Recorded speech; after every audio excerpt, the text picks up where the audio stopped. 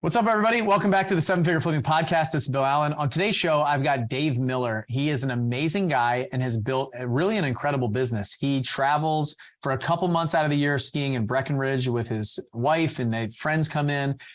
He's built a business that supports his life and not taking his life to support his business. He really understands his why. So he talks about hiring, talks about people, talks about some tools that he uses to hire.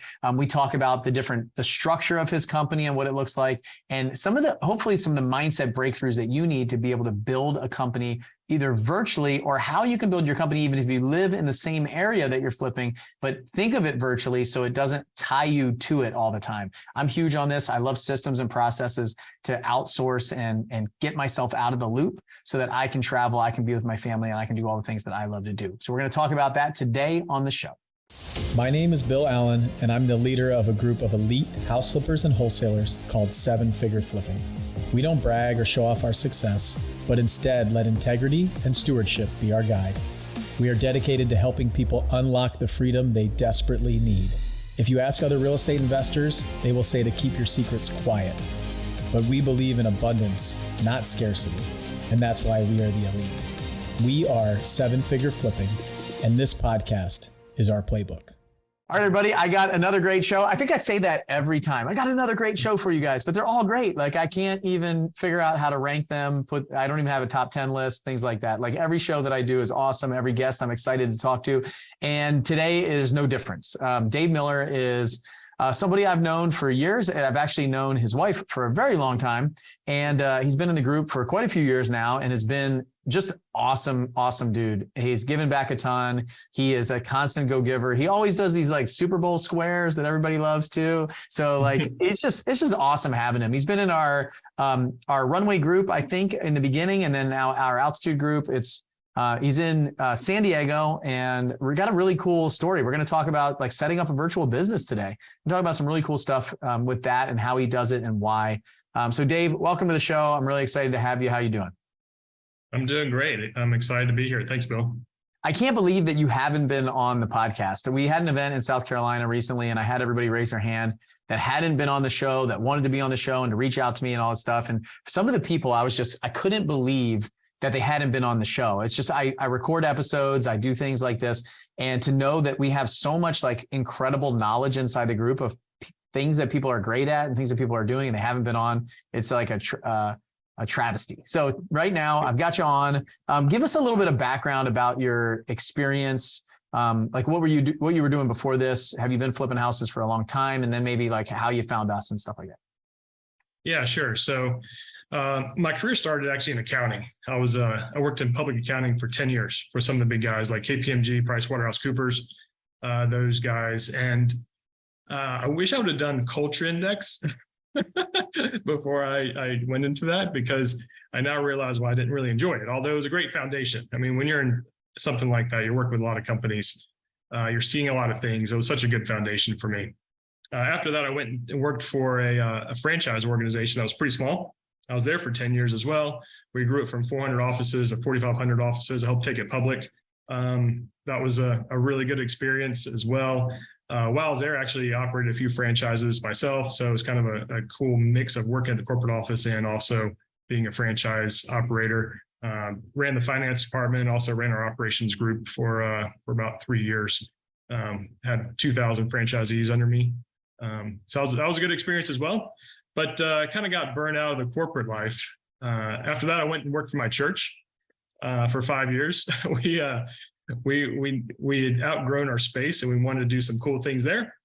So I went and worked, took over kind of the operations finance role there. Helped us build a 65,000 square foot facility, started up.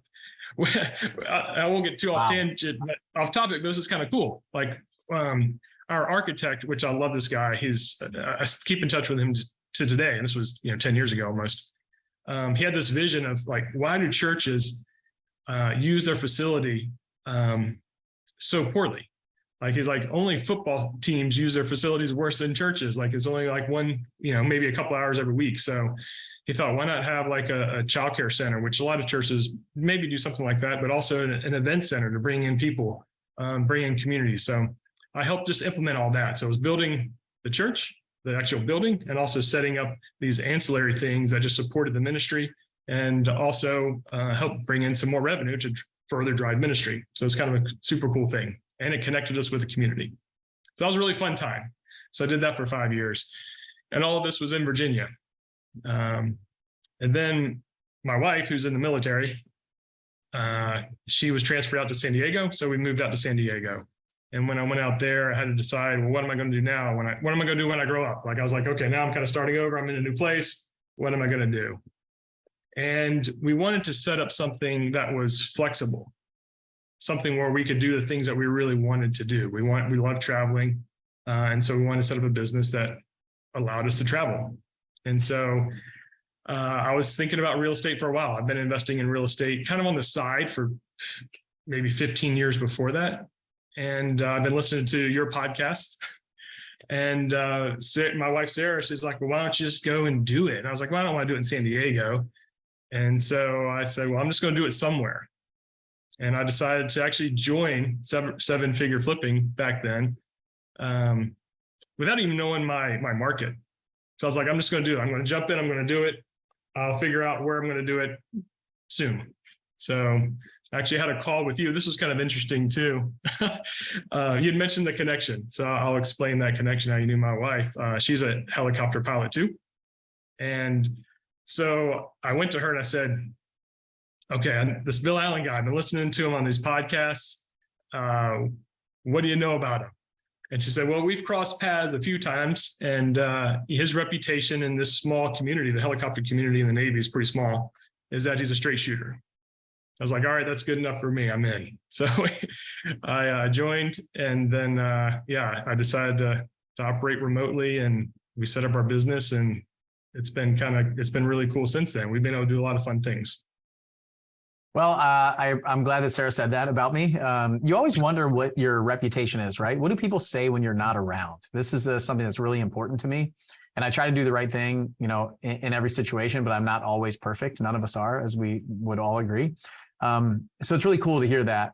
That's something I would love to be known for, is like telling people the way it is, like being a straight shooter and being honest and upfront with them. And stuff like that. So I remember our call. It was probably like, what was it, like 4 or 5 years ago? Is it that long ago? 2019. Yeah. 2019. Yeah. So it was right around then. And I remember there's some pressure when somebody who's connected to the person who's joining your mastermind group or your coaching program or something like that. So I've had a previous commanding officer of mine join. I've had my cousin's boyfriend join the group. I've had my best friend's sister's best friend's husband, if you can follow that logic, join. And you're one of those, with somebody who I was in flight school with. Sarah and I were in the FRS together in San Diego before. I think she went to Guam. She go to Guam? She did, yeah. She went to Guam, and I stayed in San Diego. And so we were in flight school around the same time, and then in the FRS, the RAG, to learn how to fly the H-60 together. And so while we weren't, I don't think we were in the same class, but we were close. We might've been in the same class in the FRS, actually. And then, so just being known for that is great. So I think your name and what you sign your name to is really important. So that's cool to know. And I remember our call. There's a little bit like you got the accounting backgrounds, a little bit of like, what is this? What is this going to have? Those kind of things. You mentioned Culture Index. I just want to talk about it real quick. That's a personality profiling tool that a lot of us use inside of Seven Figure Flipping. Really great tool. Dave said that he wished he knew his Culture Index before he decided to get in the accounting world. And that's just like, am I naturally designed for this type of role? And you can know that you're like turning yourself inside out. So if a lot of you are out there and you like hate your job, or you feel like you're always tired all the time at the end of the day, it's probably because you're doing things that are not natural for you. And while you can do it, you're probably turning yourself inside out and doing something that probably doesn't align with who God made you to be, who you naturally are, who you show up every day. And when you're under stress and under pressure, you automatically become. And it's interesting, like a brother and sister, two brothers can be like the exact opposite. It does not like your upbringing and things like that. It's just who you naturally are and what you naturally are driven to do. So it's a great tool. We use it to manage our team and our staff. Dave, you mentioned investing in real estate on the side for like 15 years. What did that look like? Was it like passively investing in real estate? Were you like flipping houses? What was it? It was buying a house maybe once a year, rehabbing it and flipping it. Okay. Just doing it very casually. So you had a little bit of background. You had like an understanding of some of the numbers, some of that stuff, and things like that. So you went to San Diego. You said, "Hey, I've done this before. Maybe I can do it again." What was it like? Like, were you immediately going to set it up as a virtual business outside of San Diego as a business, or did you just want to get like a side hustle going for a while? What was that like? No, the decision was to make it a business and to not do it in San Diego. San Diego was expensive, very competitive. And I didn't know the area at all.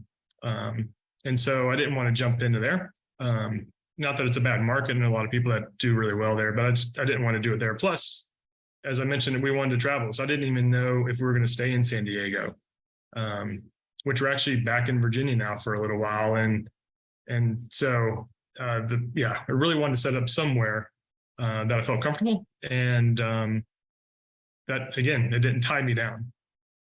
Yeah. So I think a lot of people, like, whether you are going to invest locally or virtually, I don't think it really matters. What I think matters is just pick one and go. And I think a lot of people just stew over the idea and go back and forth all the time, or say, I can't do it because you were just like, you know what, I'm just going to do this and then I'll figure it out. Mm-hmm. And so I love that like decisiveness of just jumping in and going, and then letting new information kind of be fed to you, and you can make little adjustments and tweaks along the way. So let's fast forward a little bit. I think it's probably best. Like, I want these shows to be very tactical. Like, what can people take from it and actually implement and do? So, so you built a business.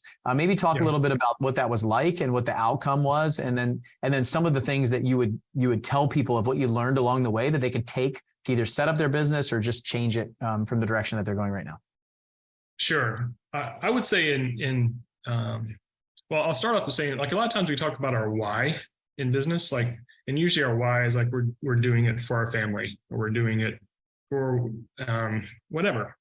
But we don't talk about how we set up our business to accomplish our why. So sometimes we just get like sucked in, like we want to go into any kind of business, whether it's real estate or something else, and we just kind of get sucked into that business, and we can't really spend time with our family if that's our why. So, like, I really wanted to spend a lot of time to create this business to be able to do virtually. We love to travel. We've been, over the past 3 years, we've spent an average of 2 months in Colorado and Breckenridge, skiing. I'm still working there, but we're able to operate this business virtually. So I spent a lot of time, with the why and the why and how to set it up. But some of the things that we're really focused on when you do something like this are your people. And that's important in any business for sure. But when, if something goes wrong and I'm 2,000 miles away, well, I can't just, go fix it. I have to rely on the people that I hire, the people that I'm working with and affiliated with, whether it's our employees, whether it's our contractors, whether it's our real estate agents, whatever it is. So, we spent a lot of time getting the right people in place. And I will tell you, we struggled for a while getting the right people. We burned through a number of project managers, burned through a number of acquisitions managers, and we finally have a really good, solid team now. And part of it goes back to the culture index. It was kind of funny. Last year, we had a project manager, and after we had her do the culture index, and we knew things weren't working out. As soon as we looked at her profile, we're like, no wonder. Like, there's no way. Like, she's just not fit for this job. Like, her detail was extremely, extremely low, and we're wondering why are things just falling apart. So we implemented a culture index last year, and that truly actually changed a lot of things in how we market to our find people in our ads, and also running them through the culture index to hire them. But we spent a lot of time on our on our business as far as focusing on our core values. Like, a lot of businesses talk about that as well, but for us, it's important. And I think it's even more important in a virtual business because we can't be together in one place often. We're doing things virtually. So we spend a lot of time talking about our core values and how can we have a good culture even in a virtual environment. And we also have to put a lot of tools in place to run something like that. Like, we use Asana to manage our projects. We have a lot of different kinds of tools that we use for just taking pictures of the property, tracking things, using Matterport. like a lot of these things that we use to be able to manage properties from wherever we are. So Matterport is a 360-degree tool that kind of scans the house, that can show you can like turn it. And if you ever seen a house on like Zillow or on the MLS where you can like do a virtual walkthrough that has a 360-degree, you use Matterport. So you guys use that for your flips, like before or after or during or what? Yes, before, during, and after. Yeah. Really? And that's how I can get a good idea. So tell me more about that. That's interesting. I've never heard somebody using it in their flip projects. So do you own the like one of the cameras, or what does that look like? Yeah, we bought the cameras, and they're actually not that expensive. You don't have to go and get the $5,000 version. You can go get the $300 version off Amazon. And yeah, you get the Matterport, you do the Matterport, and it helps with a lot of our planning. I mean, you can do a ton of planning just with the Matterport. And so, yeah. Are you guys exclusively flipping? And if so, where? I don't know if you said what market you're in. Yeah, market is primarily Atlanta. We flip, but we also have long-term rentals and short-term rentals. And actually rentals in a couple of different states, but mostly in Atlanta. And so all that short-term rentals, long-term rentals, mostly in Atlanta. So you guys are buying some of these houses and holding them. You're buying some of them for short-term rental, and you're buying and flipping some. Yes. So what does the short-term rental and the long-term rentals do for you, for your business, for you to be able to travel and stuff like that? Like, was this part of your plan from the beginning, or did it kind of evolve over time? No, this was part of the plan for sure. Like, truthfully, I flipped to build passive income. Like, that's my goal in flipping, is to build passive income. So your goal for flipping is to build passive income. And to do that, you'll flip some houses to take money to get active income and turn it into passive income. Is that what you're talking about? Correct. Okay. Yeah. So how did you like engineer this from the beginning? Was this like first day you joined Runway and you were like, I'm going to build this passive income machine through flipping houses, and here's how much money I need per year or per month to accomplish what I want to accomplish? What did that look like? Yeah. So when it got this started, it was actually a partnership with my brother, and we decided to do that for. We were in this partnership for about a year, and we decided we're better brothers and partners, and we kind of had different philosophies on a number of things. And he's super, super successful, and so we just decided to keep doing this, but not do it together. So then I had to, I had to make a decision. Do I continue in Atlanta? And it's really kind of cool because when I'm in Atlanta, I still get to see my family that's down there. But it was really, truthfully, focused on getting the right people and hiring. At the end of the day, you gotta have the right people. If you don't have the right people, you're gonna struggle. It doesn't matter if you're doing this virtually. It doesn't matter if you're doing this, in your market. You gotta have the right people. But what a difference it makes when you have the right people. I get super excited every single time I see someone doing something I used to do. Like, and we talk about this a lot in the group. How important it is to. I mean, if you're going to grow the scale at all, you have to have people to help you scale. And I love bringing on people and giving them good opportunities. And I also love seeing stuff I used to do go to somebody else. So it's really, truthfully, it's around getting some really good people. I can tell you. So here's an example. I mean, last year we purchased, I think it was 9 houses. Not a good year. This year we purchased 21, and last quarter we purchased 12. And it's all because we got good people in place. We got the right people. When you have the right people, it's so important. So I'll tell people this all the time. I mean, if you don't have the right person, you got to let them go. You got to let them go, and you have to go find the right person. I mean, you should first assess as the right person, but the wrong seat. But if they're not the right person for your company, if there's not a seat, you have to let them go and go bring the right person. The longer you hold on to the wrong person, the longer you're going to struggle.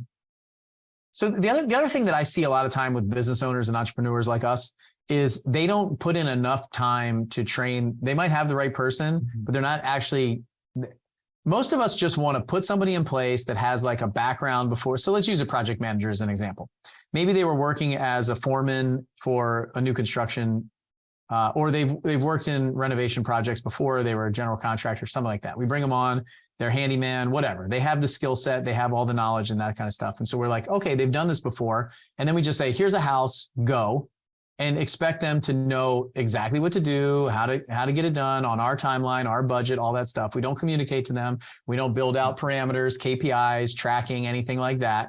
KPI is a key performance indicator, like deadlines they have to hit, numbers, those kind of things, to say that it was good or bad. And then we just let them go on their own and hope that they figure it out. And then we wonder why they aren't doing a good job. And so I'm guilty of this on a regular basis. I want somebody, just put somebody in place and say, all right, go run. And it's very rare that somebody can do that, because if they could, they'd already be running a company just like you. So what are some things that you do for like onboarding and training these people? Because you mentioned people a lot on this show so far. So what are some things and some tips that you would give to the people that are out there to maybe find the right people, and then maybe how to onboard them? Because I think this is the thing that really is challenging and is something that holds people back from hiring these folks. Mm-hmm. Yeah. So one thing, when we implemented Culture Index, some of our coach helped us with not only coming up with the right profile for the person, but also structuring our ads. So I look back at my original acquisition manager ads, and they're way too detailed. When you're looking for an acquisitions manager, like, you got to start with, hey, you want to make 6 figures. Boom. Like, so there's little things like that. You can structure your ads. Make sure you structure your ads to fit the profile of the person that you want. If you're looking for like a project manager or a transaction coordinator, someone that you need to be detail oriented, well, your ad should be very detailed, because that's the kind of person that you want in that ad. And they're going to gravitate towards, oh, this has a lot of information in there. I like this kind of ad. Like, maybe I'll like this company. So something as simple as that made a big difference, because we saw a difference in our applicants when we really tweaked what our ads looked like. And then, like you said, onboarding, we spend a lot of time coaching. We do a lot of virtual calls. I mean, just because we're virtual doesn't mean we don't spend a lot of time together. We review projects together. We talk about, after every project is over, we talk about what did we do right? What did we do wrong? We do those postmortems to figure out like what happened with the project, how can we learn from it? You can't just let an employee, bring on somebody and say, go make it all happen. You have to spend a lot of time coaching them. And I'll say this too, like I truly believe that everyone should operate their business as if it is virtual. Like, if you're building a good company, it should operate the same whether you're there or you're not there. And like, fundamentally, I have to build a good company, because if I don't, it's going to completely crumble, because I can't, again, like I said earlier, I can't just go to Home Depot and grab something. I can't go fix something. I have no choice but to do that. But if everyone built their company that way, like, think about, if you're listening to this and maybe some of this is resonating, where, man, I had to go and do something just the other day that it took all my entire day, just wasted it, and somebody else could have done it. Or if you're saying, yes, somebody else could have done it, you probably should get someone else to go do it. So, yeah. You mentioned ads for the staff. I want to go back to that. I agree with you. I mean, I just got back today from a 2-week trip that we've been planning for like 4 years, to go to Orlando with my wife, her parents, her sister, her brother-in-law, their kids, my niece and nephew. And we went to Disney World for a day. We did the VIP tour there, went to Universal for a day, did the VIP tour there, hung out by the pool. And I tried to just have my computer and my phone down, just being there with them for 2 weeks. And it's not possible in most people's businesses. Pretty much all summer we were traveling, we were doing something, kids are home. I take every Friday off to work at the farm. And we've been, killing a lot of chickens this year to use as meat and sell and all kinds of stuff like that. And being able to do multiple things in multiple businesses, people ask me all the time, like, you're like the hardest working person I know. I'm like, I don't really think that we've ever spent that much time together, because what I've tried to do is I try to set up one business to the point where it runs, and that I can unplug from it and just be there when I'm needed, and then go set another one up. And because it didn't all happen overnight, all at once. So I love that concept of like being virtual. One of the things that we do in our ads, I'll give a great example of what didn't work. If you remember, I did a post on Facebook. If you guys follow me on Facebook, you probably saw it. It was this executive assistant post, which was like, this is who I am. I'm like crazy entrepreneur. All my flaws, all my things that I like to do, what I want to do. And the executive assistant I'm looking for is probably like over a year ago that I posted it. Mm-hmm. And it got like thousands of shares, more comments than anything I've ever done. And it drove a ton of traffic. It drove like thousands of leads into my ad and people that wanted to become my executive assistant, basically. However, all the words in there were attracting people that were disorganized, that weren't detail oriented, that were just like as crazy as me, other entrepreneurs, like stuff like that. And it just it didn't have the right adjectives to attract that person who was like, you're talking to me. What it was talking to is all the people who were like, I'm like that too, or yeah, I think I can help this person. But all the profiles that I was getting, the culture index profiles, were all not what I was looking for. I was looking for an architect or a tech expert. So these two profiles that have some detail, and this like high ego type drive and need to win. And so I wasn't getting a lot of those, just a couple of them. So what I realized, and we've done this in the past, you write ads with adjectives specific to these people's traits and characteristics that are like, you're talking to me. Like that is me in this ad. All the best people I've ever hired have read the ad and been like, so I said, like, why did you respond to this? Why are we doing this interview? They're like, I mean, you wrote that ad for me. It was me that you're talking to. So that's really important. And then also, building a process and a system to bring on the right people, like you talked about, I love. What are some, for me, there's some things that with my people that I've done right and I've done wrong. What are some examples that you give of some of the stuff that you guys do really well that you've done right? And what are some of the things that you've screwed up and done wrong in the past that you've learned from? Because I think it's always helpful out there when like hiring or onboarding or training or managing or leading people. Yeah. I would say our biggest mistakes have been holding on to people too long. I look at where we did poorly on jobs where we should have done really well. It's because we had, and this goes with employees or contractors. Once rip the Band-Aid off and move forward. Things that I think we've done really well is coaching. We have some people on our team that, and I'll be honest too, I'm kind of like you, Bill. I'm not the best at it. But fortunately I have, Melissa, she's awesome. She's really good at that. And so we spend a lot of time with onboarding, spend a lot of time coaching. We've put a lot of tools in place to monitor. You mentioned KPIs earlier. I didn't mention that, but we've put KPIs in place where you can track how people are doing. At the end of the day, you have to inspect what you expect. And so, you got to have those KPIs in place, and you have to constantly coach. Another thing that we do, I think that's actually really important too, is we do monthly one-on-ones where we're not talking about projects. We're talking about how people are doing. Like, how are you doing? Who does that? Who does that with them? It's usually their direct supervisor. Okay, so every month, what does your team look like? Give me the rundown of like your staff, how big it is, and the structure of it. So who sits where? Sure.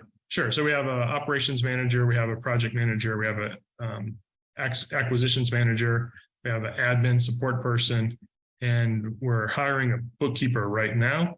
And we also just hired, she's starting this week, a project coordinator to help our project manager, and also help manage some of our properties. She has a lot of property management background.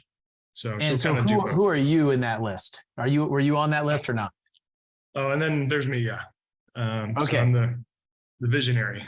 So visionary, and then who? I'm going to draw it right here for me. So it's got you, and then who do you? Who reports to you?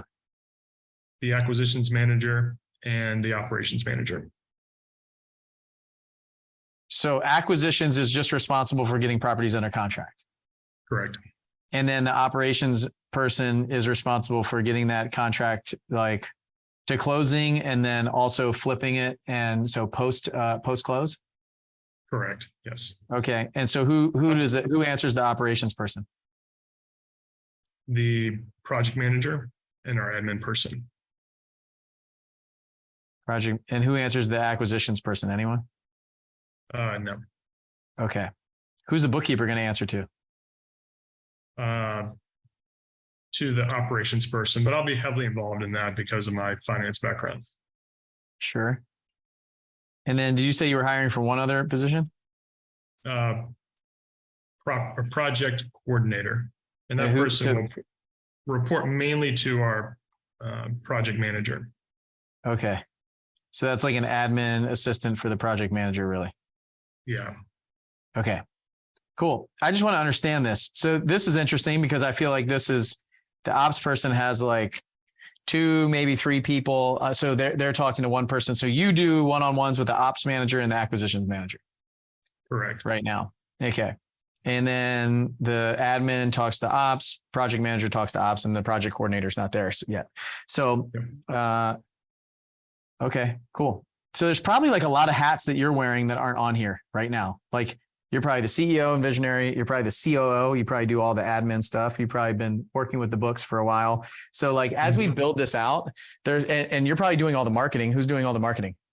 Marketing is me. Yeah. So like when we even talk about this, we start building it out. For you when you're listening, every business has marketing, sales, operations, and finance. That's it. It's super simple. Marketing, sales, operations, and finance. That's it. Every company. If anybody says they have something else, it's probably some spin-off or role of that.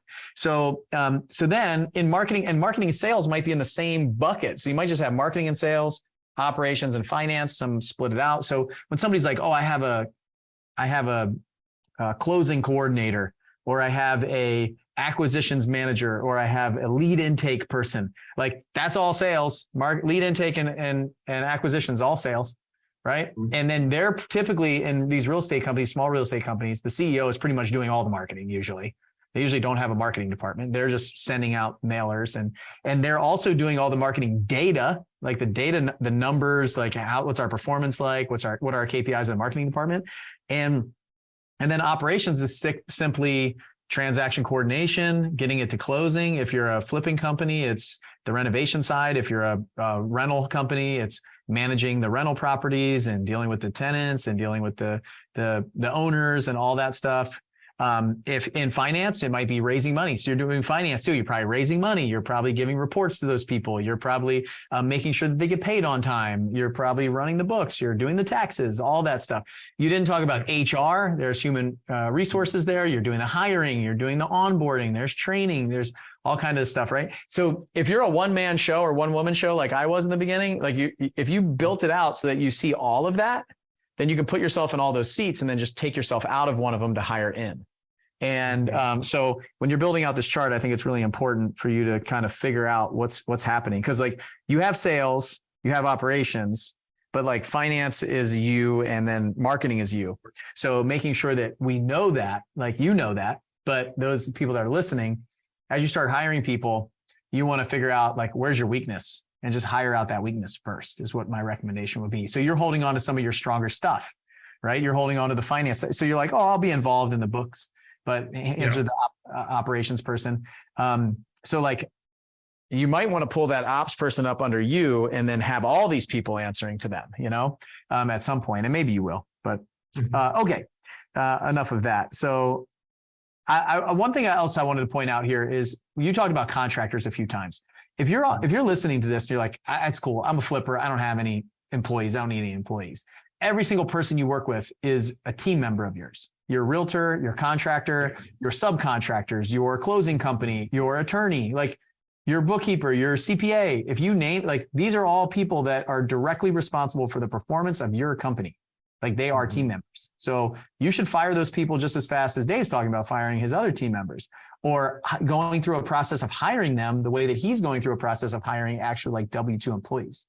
Because a lot of times what we do is all these people that we're plugged into, if their business is not running well, it's going to affect our business. And so you got to be really careful about who you let into your bubble, I think. What do you think about that, Dave? I agree 100%. I mean, we had a closing, Georgia's an attorney state. So you have to use an attorney. So we had a closing attorney there that made my life very difficult. It was just hard to do this virtually. And so I found another closing attorney and I love working with them. They've made my life so simple. Closings are simple now.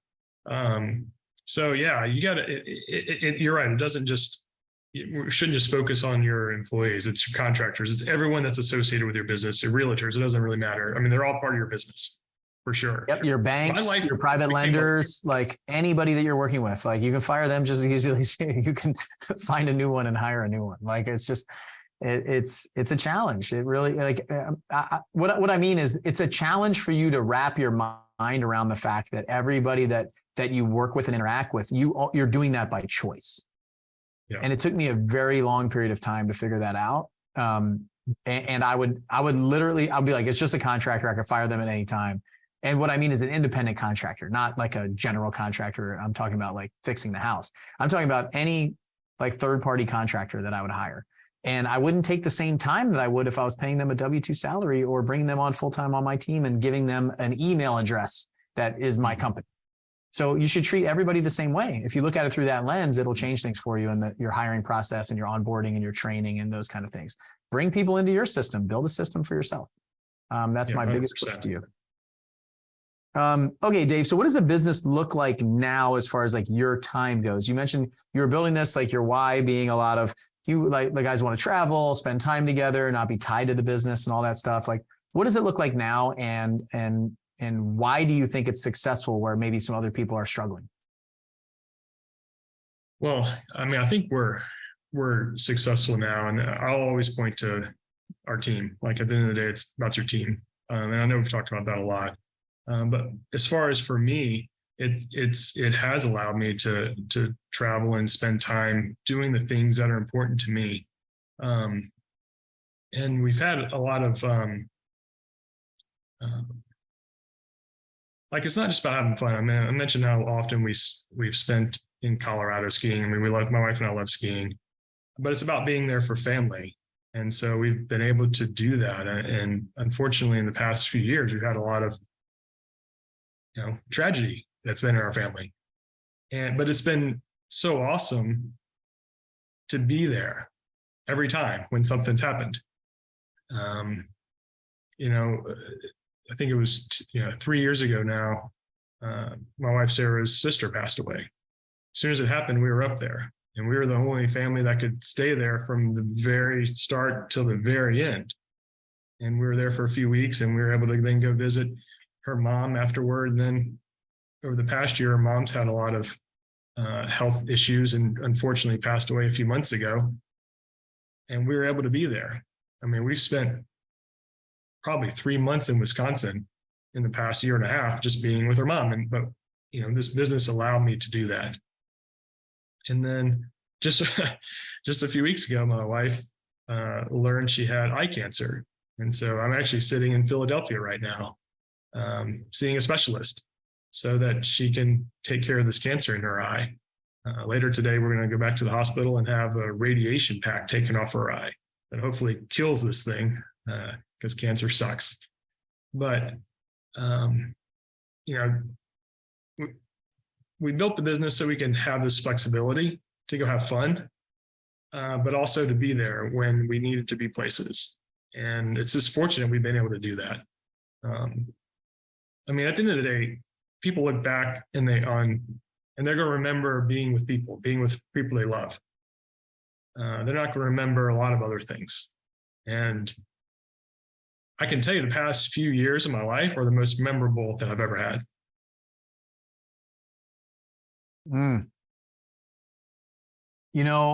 I remember when Justin told me this saying. He said, your business is supposed to support your life. Your life isn't supposed to support your business. And when I heard that, I was like, wow, like that. I think a lot of us, we just go and go and go, and we're constantly like hustling or moving from thing to thing to thing, and are really just like, well, I have to do this. Like, now's the time. I have to put in all this time. And we're not building it to run without us specifically. We're not building it to sell one day. We're not building it to produce cash flow or equity or things like that for us with an intention. What I love is your intention was, I'm going to build this active business to kick off enough income to build my passive business. And then how do I turn my active income business into a passive business too, which is what I've tried to do from the start as well.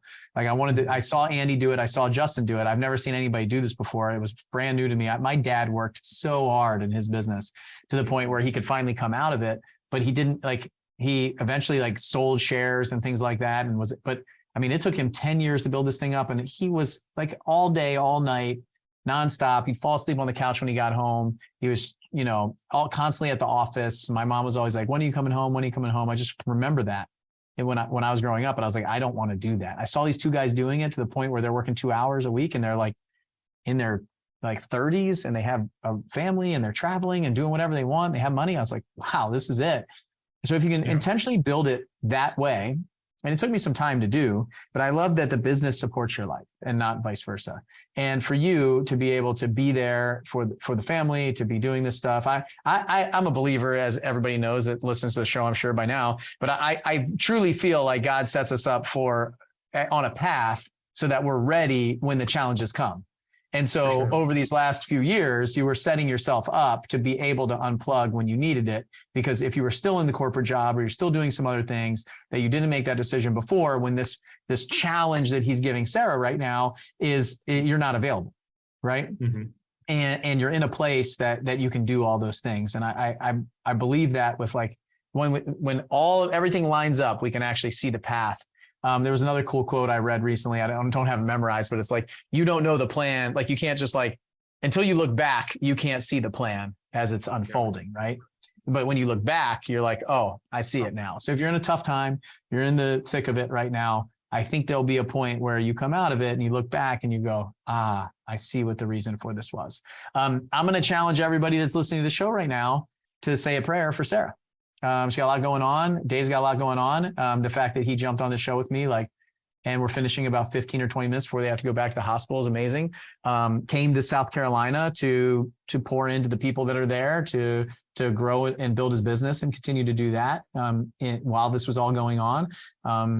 And Sarah being as supportive as she is of you and everything that you're doing is really cool to watch. It's awesome to see you guys together. It's awesome to see that version of you and her. Is really cool. But for you guys that are out there listening, I've never even heard of somebody that has cancer in their eye. I'm sure this happens. It's obvious you're going to a specialist, but say a prayer. Don't know what's going to happen or what I think God has in store for you guys is probably something really big. Don't know what it is, but I'll say a prayer for you guys. And I hope that it's cool that I have this show, that I can ask for that, because I know that's something that you guys want and need, I'm sure. Is there anything else that we can do for you in this time, Dave? Well, you just talked about the most important thing, for sure. Yeah. And cool. I'll say this too, this is important with this, it's super, super rare. But if it happens, if you start to lose your vision at all, you should go to get checked out immediately. We're so glad we pushed this so fast.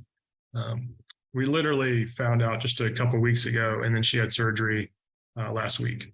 So within a week and a half of finding out what was happening, she was having surgery to correct it. So. Yeah, I think that goes for anything. Something's off, something doesn't feel right.